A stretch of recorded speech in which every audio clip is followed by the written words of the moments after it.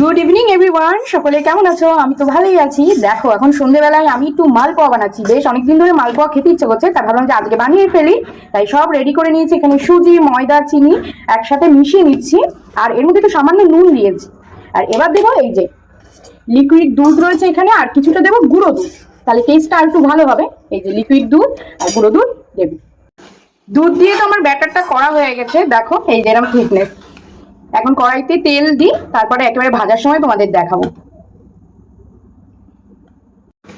ভাজা আমি শুরু করে দিয়েছি, এই দেখো।